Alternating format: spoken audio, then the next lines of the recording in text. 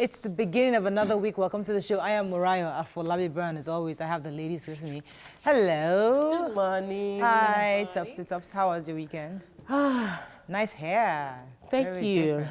Someone hooked me up. Hi. So weekend was very interesting. We're in the festive season, party makeup. I'm grateful to God. But then our president is back, and our president is looking very fresh. And I looked at my president. My dad is a bit much younger than my president, and I wish my dad has the exposure to the medical care that has revigorated my president. Because I remembered my president in 2015 and him now. And I realized that, see, in this life, it's all about money. Good healthcare and money. And I wish our older parents can have access to the same healthcare my president has access to, that has made him look fresh the way he's looking right now. Isn't that wonderful? That would be great. So, thanks for your sarcasm, but we understand that our president is back, which is a good thing. So yes, and he's looking fresher than ever. Okay, how are you doing, Nima? Nima is fine, but I'm on duty this morning. So whoever is heading Loma must admit that he's incapable of doing the job and step down. Yes. So if you are watching, Governor Sanwo-Olu, please relieve the person in charge of Loma of his duties. He's not able to at least do the work. Sure. You just need to come out from Abule Ado and start counting. You will count all the way to Mile 2 and you still see pigs feasting on the expressway. This is our doorway from Cotonou to Lagos. It is not healthy and it is not nice. I fought with my neighbor on Sunday because she will leave her bin to fill to the brim. This is where our children play. We keep our bins, our drums collection outside. So I warned her, per week they must clear that bin. And I'm ready, if it happens again, I'll give her a notice to vacate my property. So I cannot imagine, I cannot understand that the one that is under government control is not collected. It is failure of collection. Interesting. So I still saw them dumping. When we wanted to discuss this issue of Loma and we wanted to discuss the issue of clearing up the trash and all that, I got the number of the MD of Loma, but he refused to pick. I sent him several text messages. He has refused to pick. So maybe obviously this person is incapable of dealing with it. It's a KPI thing. If there are pigs feasting on dump sites in Lagos on the main road, it shows that the Loma boss isn't doing his job. Full stop. Feedback from your citizens. Yeah, even in my house. Can go and check. No, you're living in Ogun State, so don't come and compare yourself to Lagos State. She's in Lagos. In my house, the malams are the ones I pay to take my trash. Too. Every week, it's like 2,000 naira out of my pocket for them to take the trash. It's when collection. I'm paid and I don't see Loma, it's when they told you to accept, what's the name of that Vision Escape? Bring us to this place where we are now. They brought us here and we don't get out. No, let's start. Vision would have international standards. Your voice was loudest against Vision Scape. Yes. Now you got your Loma back. Within 6 months of Vision Scape, I knew what happened in my area. Auntie, thank you. My weekend was beautiful. I went for a wedding on Saturday. So the heat, as in the heat, it's not like I woke up, as in, it hits me. My husband was like, put something on your face now. We're going for a wedding. I understand you don't like makeup, but we're going. I said, as you're looking at me right now, no makeup on my face. And I slayed to the wedding. And people loved the picture without makeup. And they were saying, are you sure you won't try this on your view? I said, the producers will kill us, honestly. Because the cameras will take all the pimples will now show. It is well. Thank you. Thank you. Red and gold. I said, that can get away with this. Excuse me. Anyways, I saw a picture over the weekend, and I think the picture, you see, I have to always celebrate. I would say Ekiti, but Nima said, no, it's a Southwest thing, it's a Yoruba thing. But I think that, when Nima said, I saw a picture of former Governor Fayose, I think his son and the bride, and then Governor Fayemi together, taking a picture. Now, we know all the drama that happened between ex-Governor Fayose and the current governor of Ekiti State. But regardless of the fight, the drama, politically, see them together as brothers at Fayose's son's wedding. What that tells me, because if you now look at it, juxtapose that with Obaseki and Oshomole, all the drama happens. Listen, there will always be fights internally.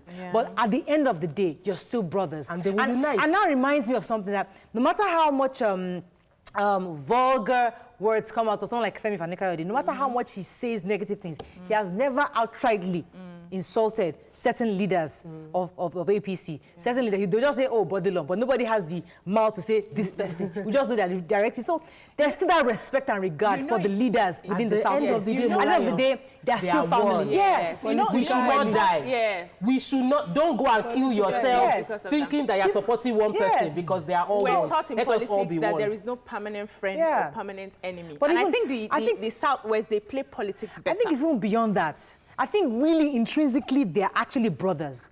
And it really happens. I think all of them feel that, listen, yes, we can play dirty out. We can quarrel. At the end of the day, remember whose father you are. The goalposts are shifted. What they were fighting over has passed. It's settled. So life continues. That's what you saw. Obaseki and Oshomoletu will move on. People would have died.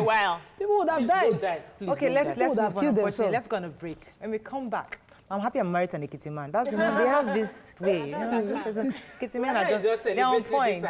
Stay with us. We'll be right back.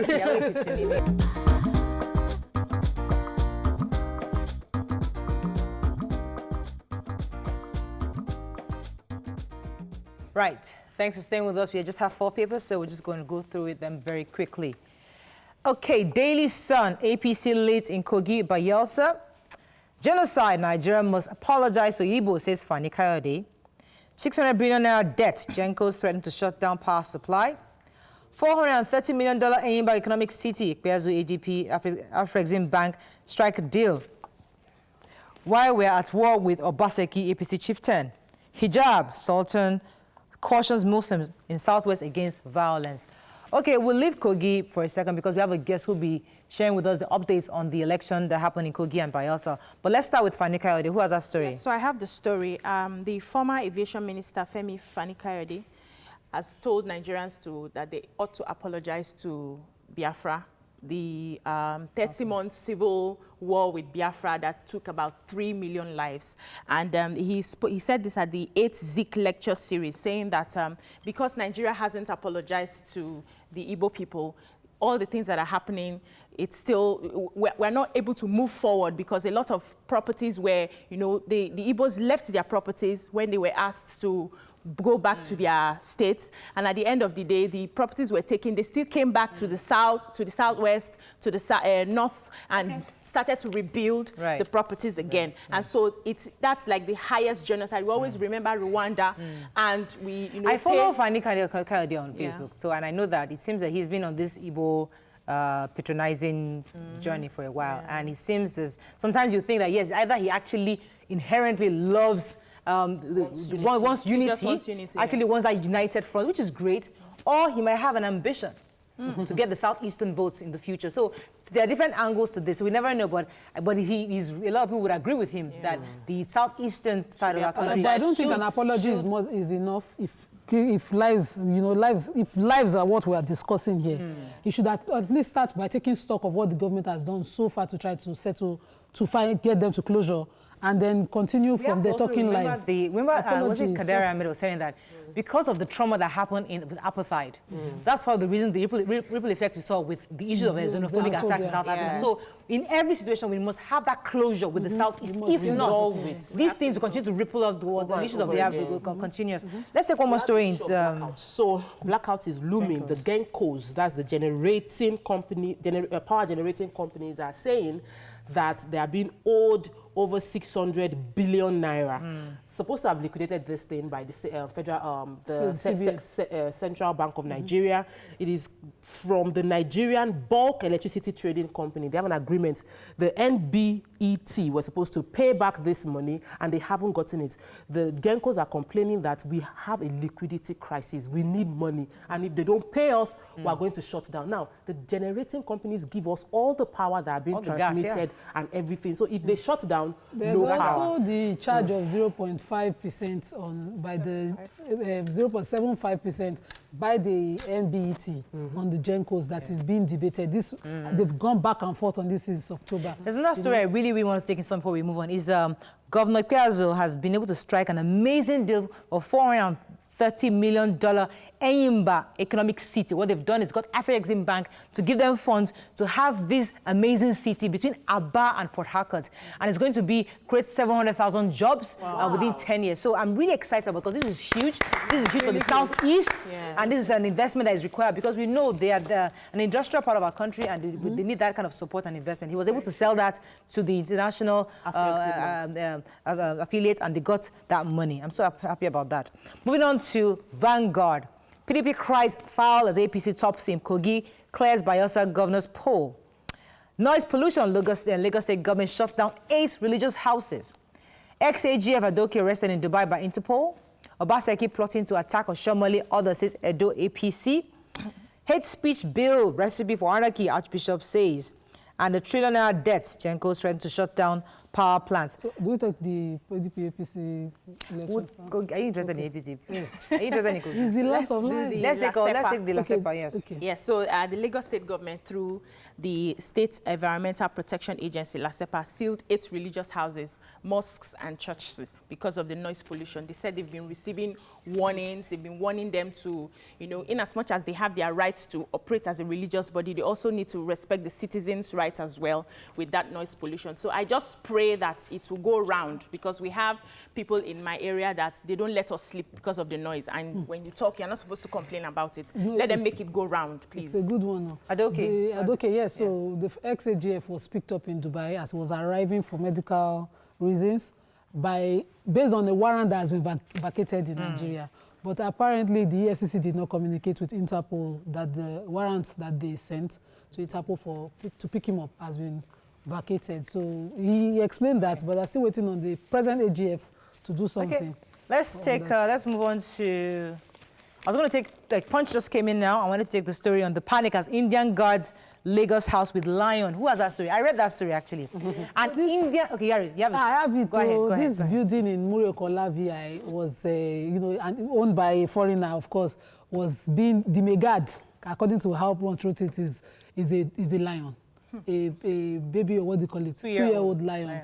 And Lagos State has already, the Ministry of Environment has gotten wing of it. And so now what happened was that they found about this lion cub, right? And now the issue is how do they evacuate this lion cub? They're trying to get the Ministry of Agriculture, Ministry of Environment to see what. And I'm thinking, okay, how did the lion get into that place? Because it's a baby. It was a baby. Maybe they hid it in the bag or something. Like a puppy. You just think it's a small cub. So if you see a lion, you know a lion. You see. This lion most likely flew into this country. So from our airport, waiting on the check custom, they open bags. What were you people checking?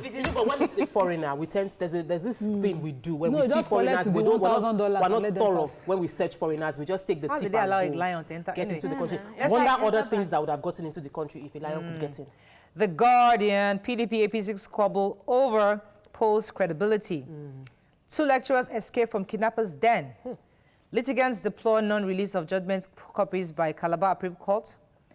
Senate committee to monitor Ogoni cleanup. Remember, our president discussed when he actually resumed office, he promised that they're going to clean up Ogoni. And according to the Senate, there have been several contracts on this cleanup, and they are going to have to go monitor to make sure it's being done. No. So 2 lecturers. Yes. From the Ahmadu Bello University, Zaria, we have Dr. Adamu Chonoko and Umar Chonoko, who are blood brothers. They escaped from kidnappers after 6 days. 6 days in the abductor's den. Adamu was first kidnapped by gunmen while Umar was supposed to act as the ransom bearer, and he went to deliver 2 million on the motorbike, and he was also abducted even after he went to deliver. Wow. So we're happy that they were able to escape, but I hope that the security officials can debrief them to get more details about what went on, because they got one person, interrogated him, got the family to bring money, now got the money and still abducted the person that had the money. When was the police involved in all of this? So I think that it should final paper this day, PDP kicks as APC takes Bayelsa in comfortable lead in Kogi. FG releases circular on minimum wage consequential adjustment. Blackout looms as Genco's threatens shutdown over 600 billion naira fund. Minimum wage. So the federal government has released the circular on the implementation of the 30,000 naira minimum wage and the consequential adjustment. So that will serve as a template for negotiations to start with the states. So the NLC is saying that although some states have not received it, like Osun saying that they've not received it, but they are hoping to get it by Tuesday and Wednesday, but some other states have received it. So that negotiations will continue to see how the states will now start getting their all right, so that's all we can take on Front Page Review. When we come back, we have praised the Kogi Bayelsa governorship election. Stay with us, we'll be right back.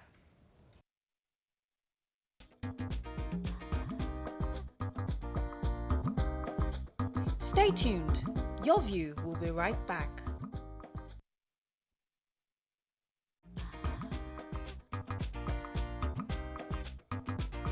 Welcome back to Your View. Thanks for staying with us. So last Saturday's governorship and senatorial elections in Kogi, as well as the gubernatorial poll in Bayelsa State, have been generating mixed reactions. Allegations and counter-allegations from stakeholders and electoral observers across the country. There have been some allegations of widespread violence, massive vote buying, ballot snatching, voter apathy, rigging, etc. Join us on the show to review the elections is a lawyer and public affairs analyst, Barrister Kabir Akingbolu. Welcome to the show, sir. It's my pleasure. Thank you. You can call us on 0708-066-8014. You can also tweet us at TVC Connect. Please hashtag YourViewTVC so we can read your tweets. Right. So we'll be hearing, Bayelsa, obviously, we've gotten the result. What's your general assessment of last weekend's poll? Well, it's another eyesore if we have to look at it very well.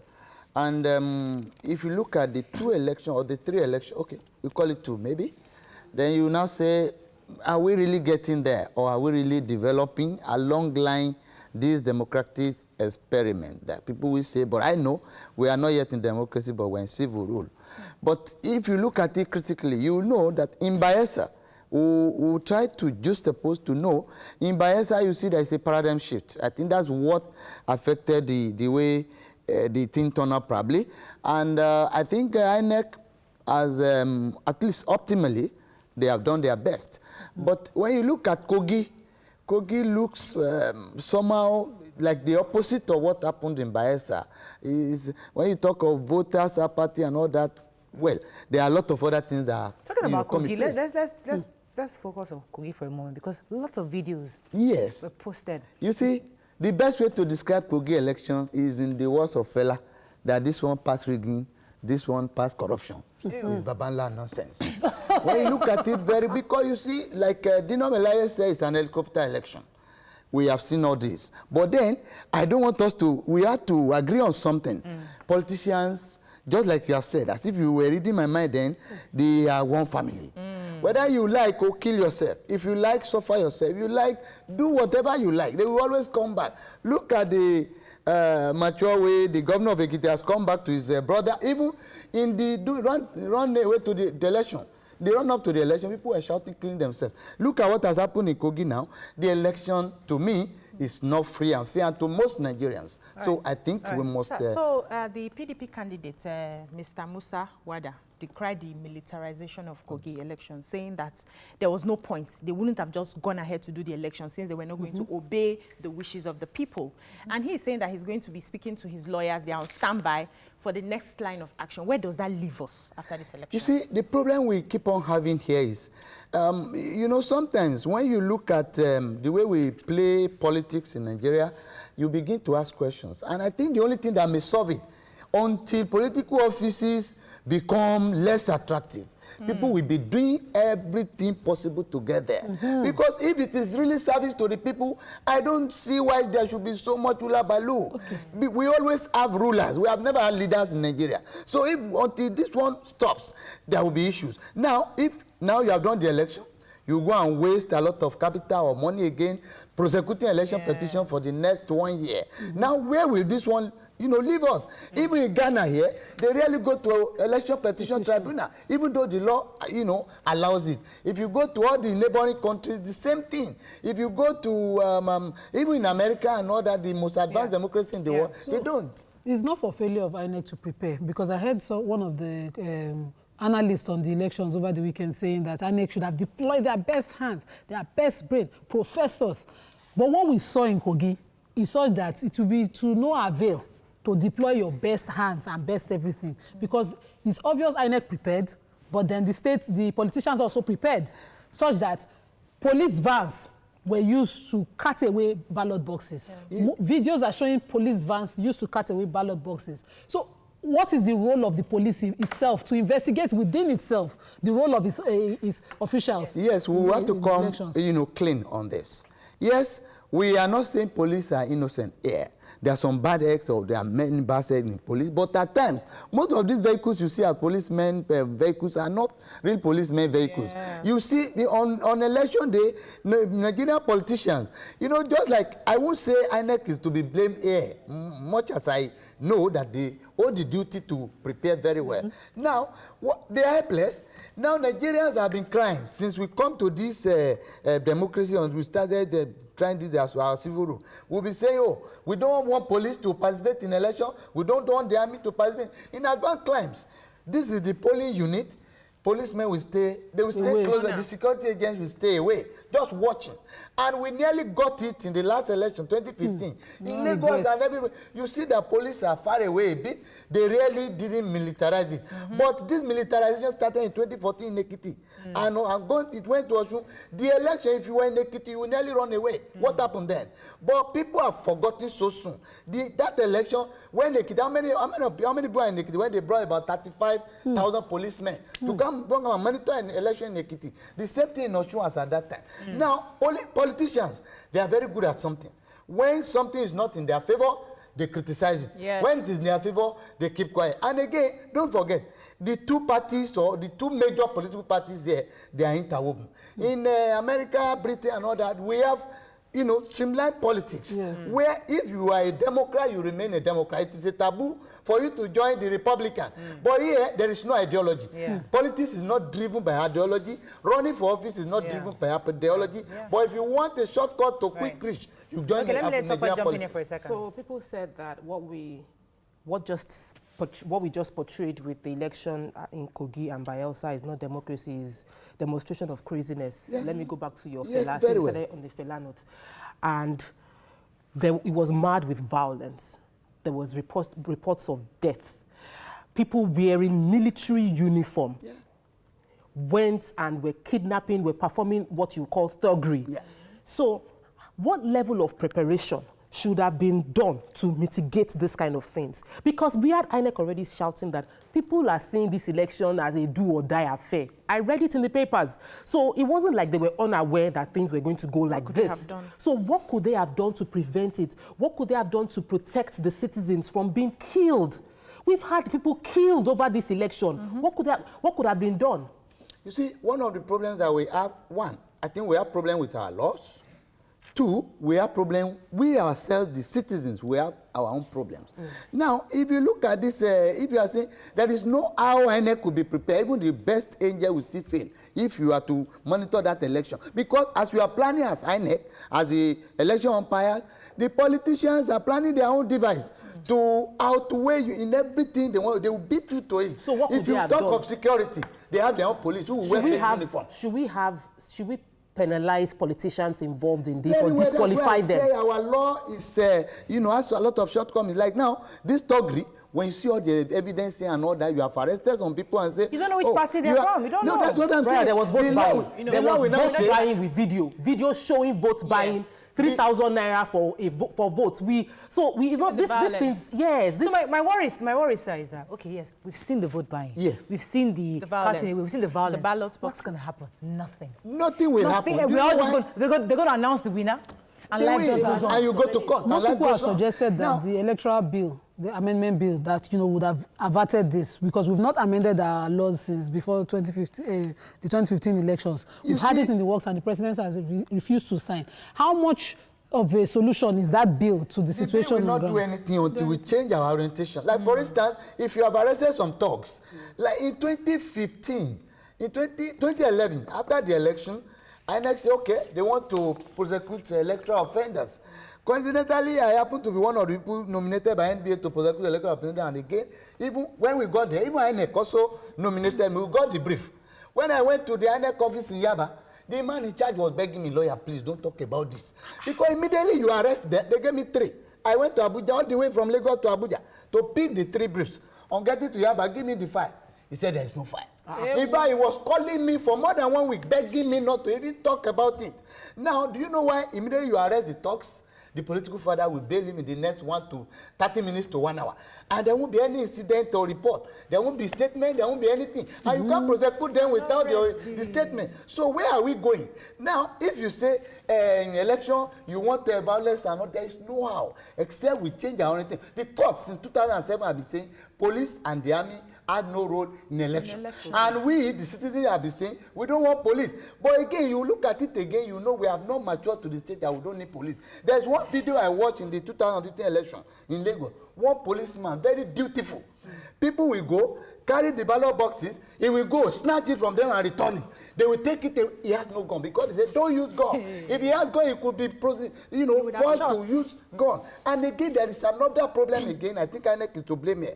In 1950, between 57 and 62, Awolowo as the premier of Western region introduced iron ballot box. And this was what we used to know. Now, these days, if it's iron ballot box that you lock, it will be difficult for a hoodlum to just pick it and smash it on the ground because it's protected. But now we have something transparent like nylon, and they collect billions upon billions on all this. This is 2019. Yes. It's worrisome. Even if a baby born in 1999 is already in the university about to graduate. Exactly. So if we've had 20 years of democracy, do you think that we have gotten stronger democratically, or do you think that it's gotten worse? At some point when I was saying this, was saying, Jonathan, what is going on? What are we going back or we are going forward? What is going on democratically in Nigeria? Honestly, we are going backward. Let me tell you, in 2007 to 2011, 2003 to 2007, in fact, 2007 election is the most revered, the worst election that has ever been, conducted in this country. We can say the caucus of law said so in a lot of cases. They nullify a lot of election under Maurice Iwu. But what has happened today? Nothing. Now, in 2010, there was a bit of sanity that Jonathan introduced. And you see, around 2007, we have about 5,000 and something election petitions in Nigeria. By 2010, 11, election, there were only about 400 petitions throughout Nigeria. Wow. And we thought we were getting there. Some of us players in the industry were thinking, election petition is going. But now they are getting up. People are happy now. We can't be happy because we have families.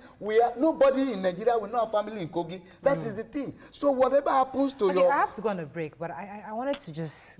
I'd like you to touch on the situation with the SDP candidate, the female one, because the fact that she felt disenfranchised, and people were saying... Tactical disenfranchisement. In your view, what happened in that situation? Could you, before we go on a quick break, could you tell us, do you agree that she was disenfranchised? No, she will not be held to be disenfranchised because it happened to Atiku in 2007 when Obasanjo announced that I have sacked you as my vice president for joining ACN.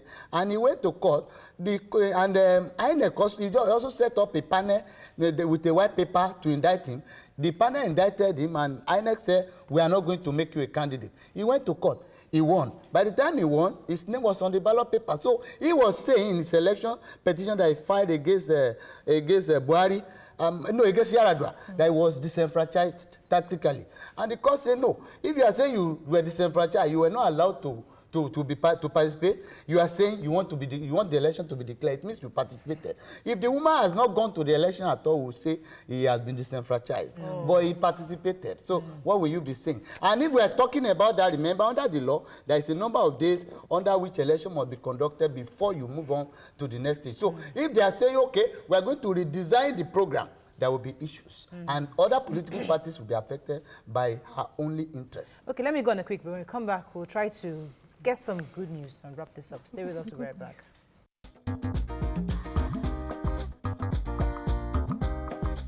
Stay tuned. Your View will be right back.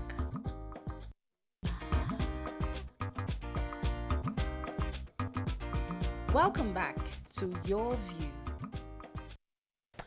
Thanks for staying with us. Before I come to Bejulu, I just wanted to, the man, Governor Yahaya Bello.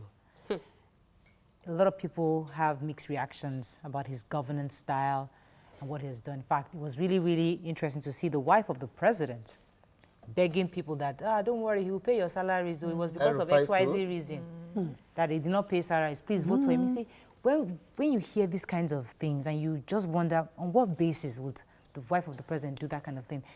What's your own assessment of this man, Yahaya Bello? Does he deserve this second term that he's gotten? No, if we have to be frank and sincere, he does not deserve it. You will just see that he is an example of the fact that when we are saying we want the youths, it's an antithesis of that saying. Ew. Now, because he's a youth, he's somebody that is he's a young guy who even, in fact, he was supposed to do more than anybody because he more or less became a governor by default. And he should have said, God, you have done so much for me. I want to do a lot for my people. And now, remember at the time he was, you know, one mansion that he built, was when people have not been paid. Now, but I think in Nigeria, all hope is not lost. As youths, though he's one of us, as youths, we should strive hard to understand the process. If you understand the process and know your right, I will be looking towards a day that we can change. Change can come.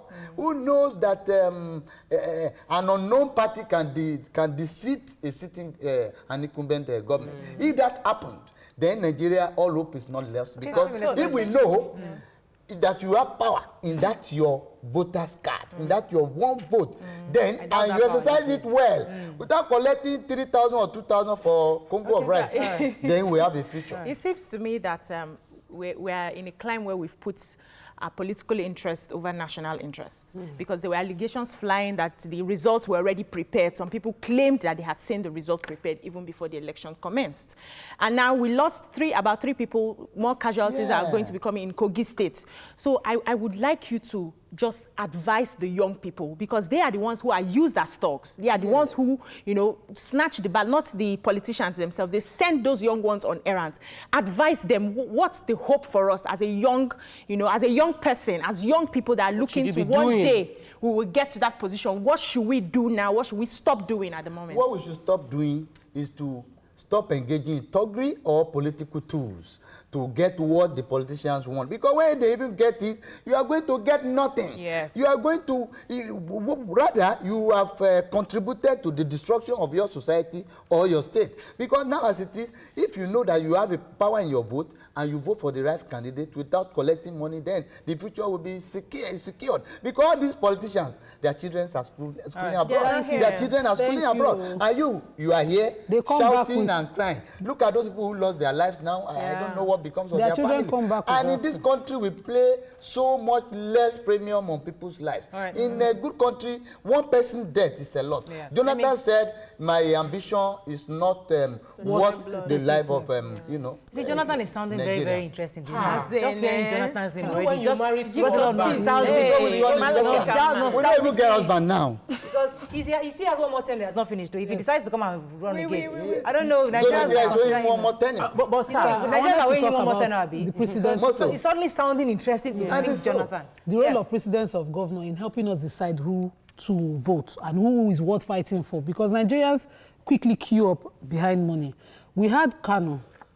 We saw that a week or a month before elections, all contracts were beginning to happen. People were beginning to try to complete contracts. We have Kogi.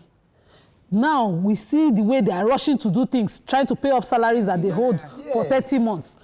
How does the precedent or the pedigree of a particular incumbent or leaders help us decide who to queue behind and how to vote? It's for us to know that these people don't love us. They love themselves. They fight for their pocket, not us. So it's for us to now work and say what we want is a change and we want good leader. Because let us vote for somebody with ideology. Unfortunately, we have not had that. It's only the youths who have such ideologies, but they belong to unknown political parties. You build political parties in Nigeria with money. If you don't have money, the political party will not be But recognized. sir, if you keep on saying this, it won't work. So people have said over and over again, and I corroborated that voting is the lowest part of participation any citizen can have. As long as we leave democracy to the dirty that is dirty is dirty. I don't want to be involved. We have thugs ruling us. So I think we need to stop. Young people that are cerebral need to get more involved in democracy to the point where they would be candidates as opposed to just being forced to choose between two people that you don't have interest about. So we need to get more involved. We will get there. Whether anybody likes it or not, we will get there. And the youth are getting more involved. Do you have a party? I'm doing my job here. I want to go and join party. That's all we can take on this segment. When we come back right now, we'll discuss the trending FUTA student who was assaulted. Stay with us. We'll be right back.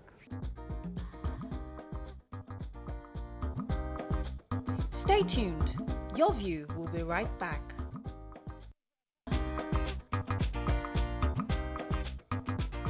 Welcome back to Your View. Thanks for staying with us. So, a video trending online from the Federal University of Technology Akure, FUTA, about a young lady identified as Bolu was brutally assaulted by 4 ladies and a man, and a gentleman, described as their school father. Now, according to the reports, the reason they descended on her was not totally established in the clips, but one of the ladies could be heard accusing the victim of running her mouth.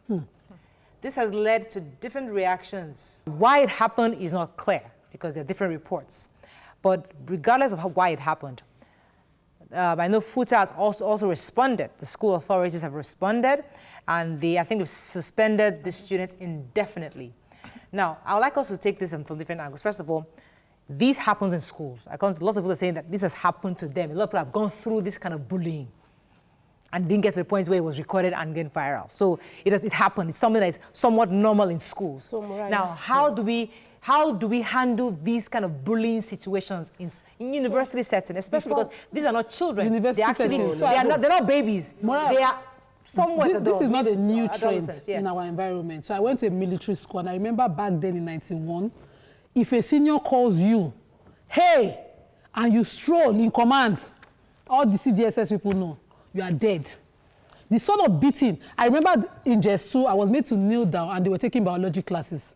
A female teacher was saying to them, people are abusing this girl. He said, no, she was rude to us in the library, she will remain there. And that's how my activism starts. That's how they bent me from a gentle girl to what I am today. That's how these things happen in school, and they publicly beat. Now in command, we can't even tell the difference between this because we have turned the school to a private school. Those trends have stopped. But what the line was that you discipline a student, a student, and don't abuse. This abuse, this magnitude of this abuse is what I cannot understand. And in university now, they move with their behavior from whatever secondary schools they were in into the university to have school father, have school mother, and then they cannot talk about each other. No, for me, what happened here happens more in secondary school. I didn't think it would ever happen in a university. I didn't expect it to happen in university because in the university setting, we're all adults. We're treating each other maturely. So you talk about me, I face you. Don't say that. That's not true. We discuss. I believe that the level of processing of thoughts should have gone beyond the level of physical battery, which is what we saw. But watching that video, I remembered my suffering. I suffered in boarding house.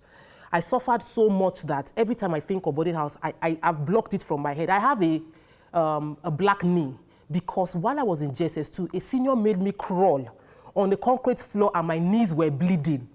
And for the senior, I am tall and it feels that my height is imposing over the senior. So if you're coming to me, you kneel down. If I'm talking to her, I must kneel down. I must look up to her because she doesn't want to look up to me.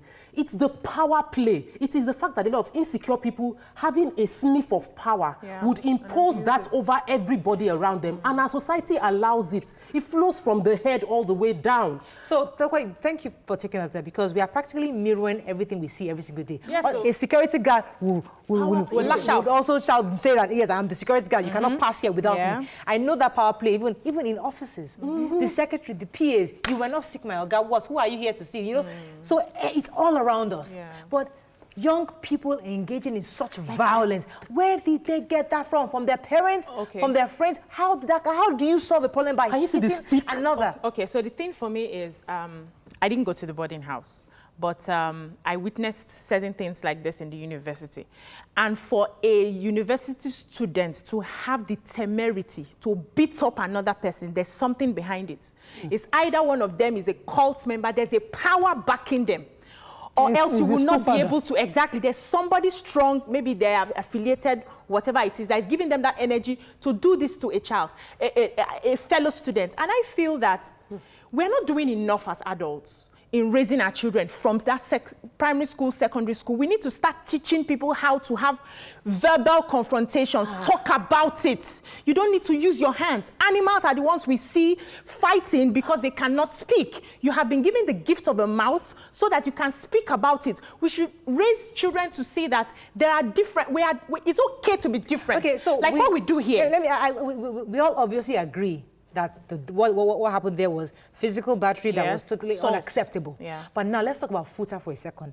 Their approach to this, because some people said, listen, those children should not be expelled. Others are saying they should only be suspended. I personally feel they shouldn't be expelled. Why? That's my personal opinion. I'll explain why. But right now, FUTA has said indefinite suspension. And the reason why I say don't expel, listen, these are young people. If we expel them, what becomes of their life? Let's think solution. Let's not, you can't throw away the baby with the bathwater. Yes, suspend them indefinitely, maybe 2 semesters or so. Bring them back, because the idea, what these children need is counseling. We know that. They need direction, because they are young people. Okay. They can actually, there's something called youthful exuberance. Okay. So at that, yes, they took, they went overboard. Yes. Absolutely. Okay. But these children need proper counseling to be back. Please, there's a reason they have laws. And somebody was able to screen grab the handbook of the university, that's FUTA, which said for that an amount of assault, they should be expelled. These are 200-level children. They're babies. Hold on. At what point do we start giving the consequences that is commensurate to each other's actions? So they need to modify. They can find a way to go to another school. They need to modify that book. No, they don't have to. According to Grapevine, what started fights? Auntie, fat girl in the video, sleeps around for phones. That's what we hear. You're not sure. I said Grapevine now. Okay, Grapevine. She sleeps around to get phone. iPhone is the issue. So the girl being beaten spreads the word that I don't know how she got her phone. She's a runs girl. And Boda in the video, Boda was promised phone as well. So all of them gather and beat children. And you say these are children? They're not children. If that girl, they're talking about, I saw that video about more than 5 people because different outfits. There was a girl in a brown or yellow dress. There was another one in a striped dress. There was the guy. If all of them have gathered and killed that girl. She's in coma right now. In that room. She's not in coma. No, hold on. As in, we did not see video. Video did not show. But they will graduate, Morayo, and the trade will continue. So these people should be made an example. No, they shouldn't. Wait, hold on, Morayo. The way I see it, they should be made an example of in a way that this will never reoccur, even in other schools. The reason is because you see these children, if they are, even if they've graduated and this video surfaces in the future, their degrees should be recalled by the university. They are examples of that university. They are not fit and proper to have a degree. Let me pause for a second. We have I'll come to our guest very soon, but I'll come to Akwe first. We have the Deputy Director, Corporate Communications, Federal University of Technology, FUTA, on the phone. Good morning, sir. Are you there? Good morning, I'm here. Yes. Just hang in 1 second. I'll come to you. I want to get Tokwe's comments on your approach so far. Talk with your thoughts. So I'm of the opinion that no man should be allowed to beat a woman. That man, that boy, is not a young boy. He's an adult. And he was beating a woman. Right. That one is expelled. These are learned behaviors. No. They are learned. Yes. Somebody taught him, so you need to learn. How do you learn? Morayo, can I learn, please? The society will not change until we have stronger punitive measures against things like this. Okay. So if we just say, oh, let's just tap it in the back, they resume in the next session, that won't happen. I am not saying they should tap them in the back. I'm saying, yes, what they've done is wrong.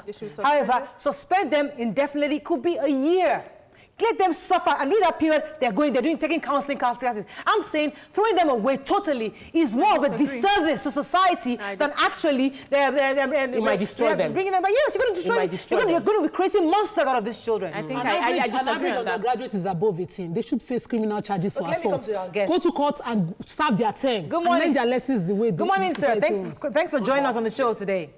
Yeah, you're welcome. So we have obviously different perspective on your decision as a school on how you handle this. Let me first of all, do you know exactly why it happened in the first place? Do you have any reports on exactly why it happened? Yes. You know, the first thing we did when the report got to us, what key for us was the well-being and welfare of the victim. And after that had been settled, we applied the law of the university. The first thing was the indefinite suspension, because when you get a degree from FUTA and from other universities, it's not just about learning.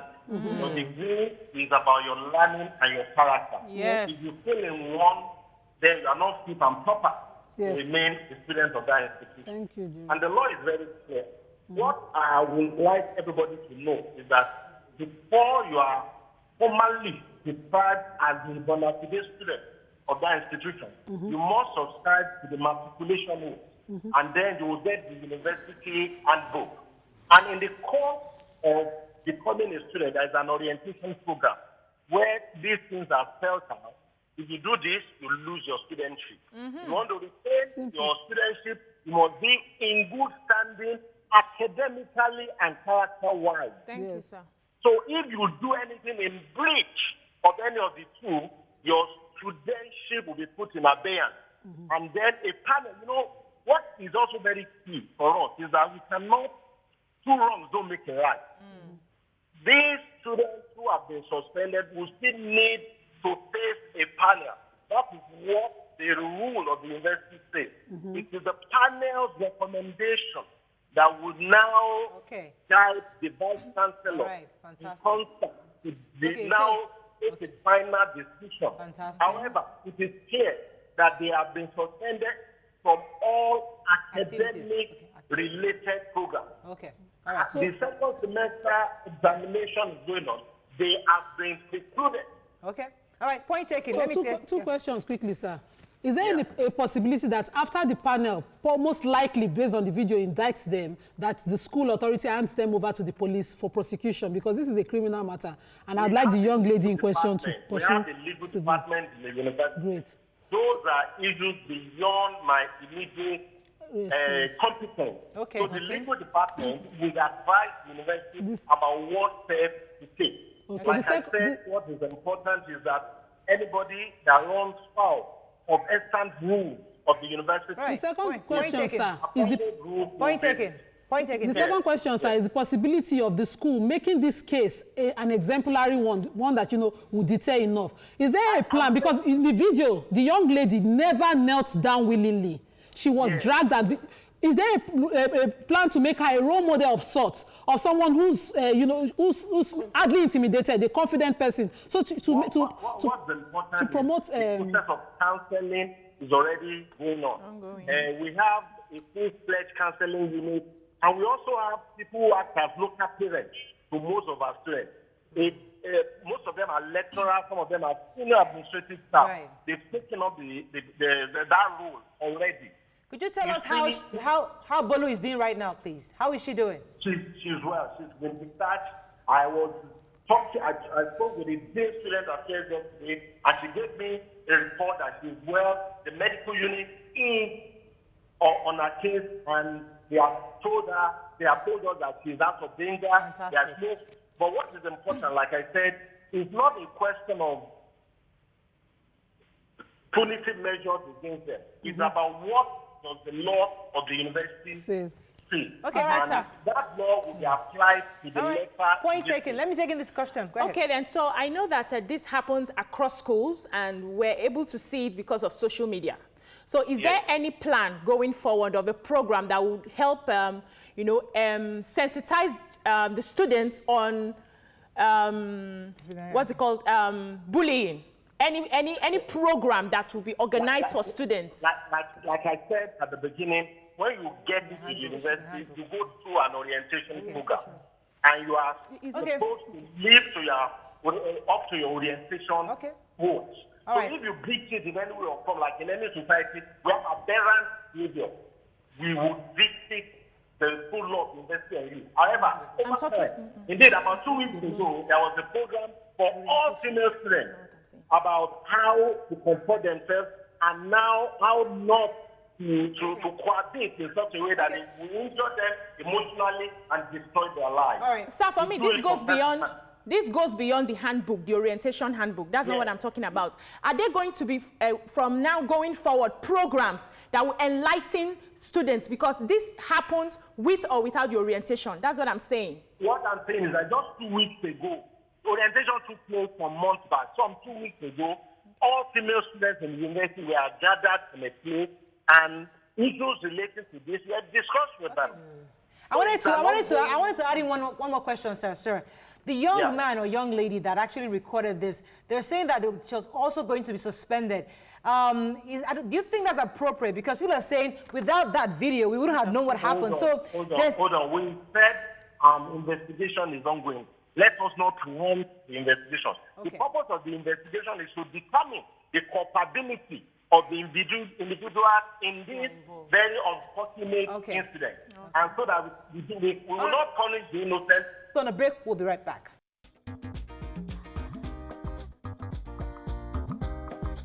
Stay tuned. Your View will be right back.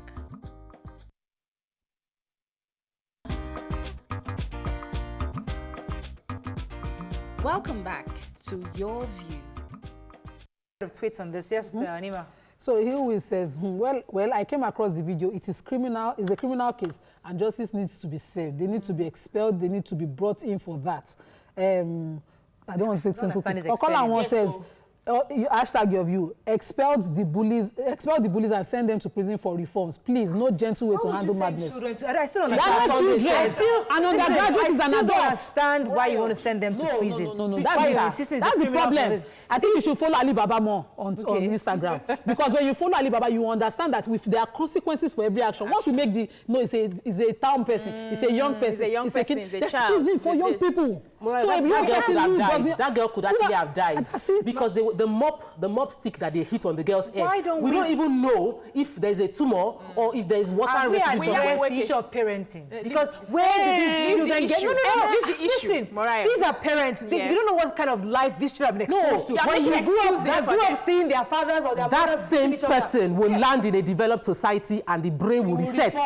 And if the brain doesn't reset in a developed society, the person will go to jail. So when we have strong punitive deterrent measures in a way that nobody else in that school, if those kids are expelled, nobody else in that school, I agree. Even if somebody is aggravating you, you will hold yourself back. We can control our emotions. When a young criminal comes to rob and kills, do you say, let's go and investigate? These are not criminals. They did not steal. They did not steal. You're separating the crimes. Crime is crime. This is assault. Feeling better past this one. We have a lawyer here. Is assault. So you don't go back and start asking, let's look at the parenting. What have they done wrong? What's happening in the family? You prosecute. And that is what should be done. Assuming the girl is your daughter. Assuming your girl, they call you now on the phone and said that we don't know what happened. Somebody just in your class just slapped and then poked. Suspend the children. You can actually suspend them for a while and give them community service. Give them things to do, but don't expel them because you are robbing them of education. I don't understand. You're robbing them of their future because you are creating criminals, monsters that will affect your own children in future. But we need scapegoatism because what we realize is that I'm not saying you shouldn't use them as scapegoats, but make sure that the measure we are using is not punitive. Does not destroy their life. I understand. We don't want to destroy. I don't believe in destroying their lives, but I also believe that it must be strong enough that is a major deterrent, and nobody else will say that they're so angry they slap somebody else. Ajibola, are you there? Thanks for calling. Oh, good morning. Morning, sir. Go ahead, God please. bless you. Amen. Yeah, this topic for today is disheartening, honestly. And I'm a father, and my daughter is a university bound now. I'm full of rage and fear as I'm talking to you. Is this what my daughter will face when he gets here? I just think it's a societal problem, honestly. When you compare this thing with what we talk of the election that just happened, you will see that there's some problem with the way we think and the way we exercise power in this country. You understand? Please, as it is, these children that we are talking that are in this video, they are above 18. If they are above 18, let law take its course on them. Otherwise, this is our future leaders. What become of them when they grow up and they want to do these things?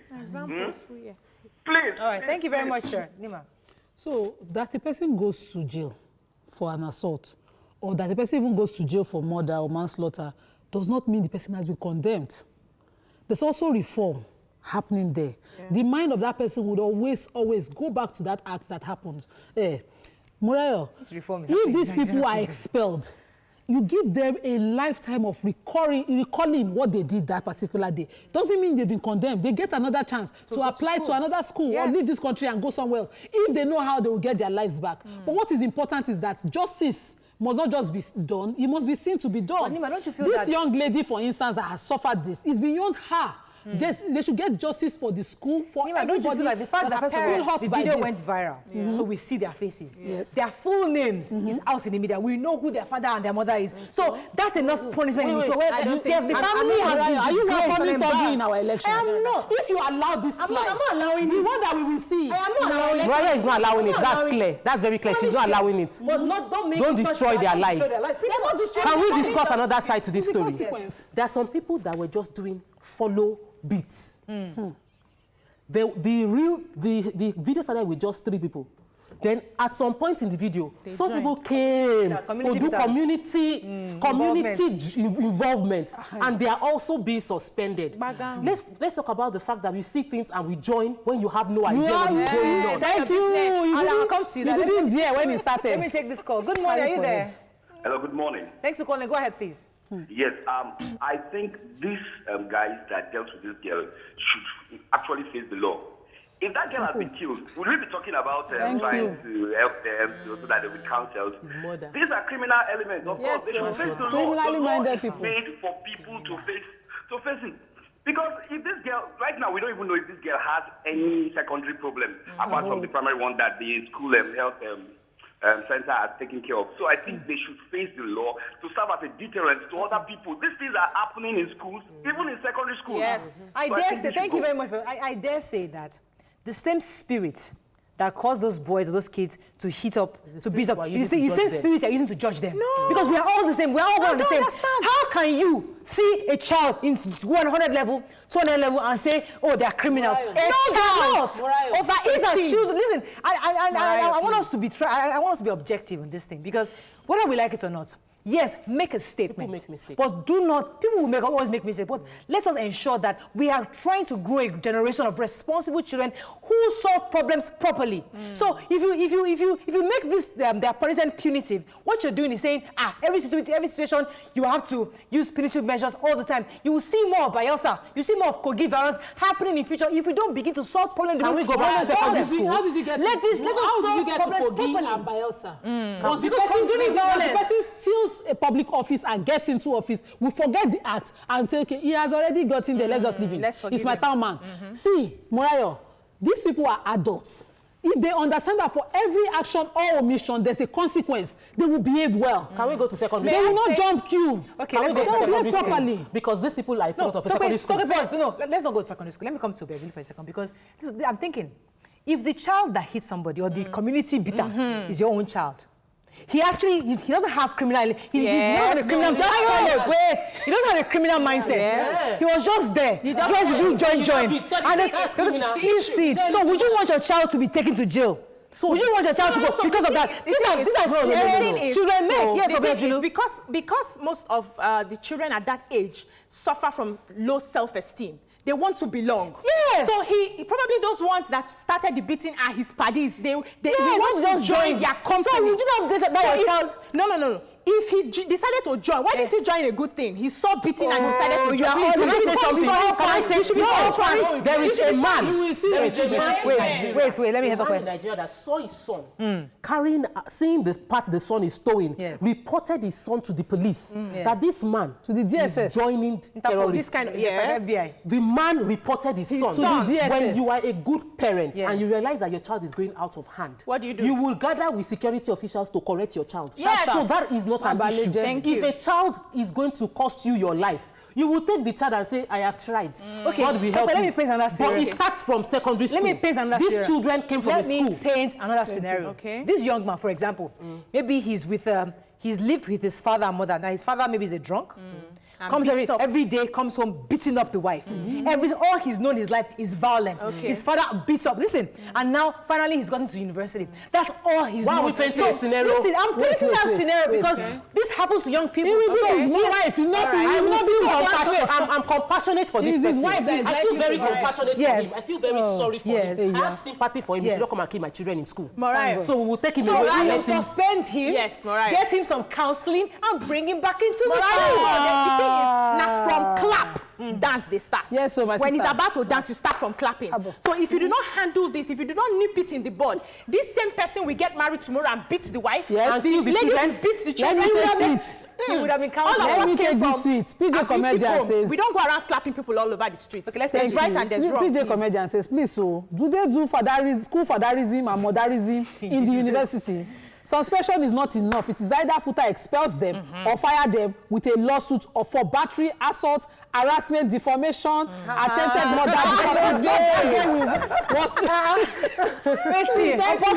Summarizing what we are feeling right now. Let's go. I'm going to beg our schools. I'm going to beg them from secondary schools because I think that a lot of this bullying takes place heavily in secondary school where we have the seniority system. We'll treat that another day. And I think that parents should observe their children. When you see your child is beating, even the siblings, call the child and help the child understand that beating is not the solution. Yeah, we'll come to that because bullying happens in schools and secondary schools, so we need to address it. Unfortunately, that's all. Goodness, an hour and a half's gone. That's all we can take. We'll see you tomorrow. Bye-bye.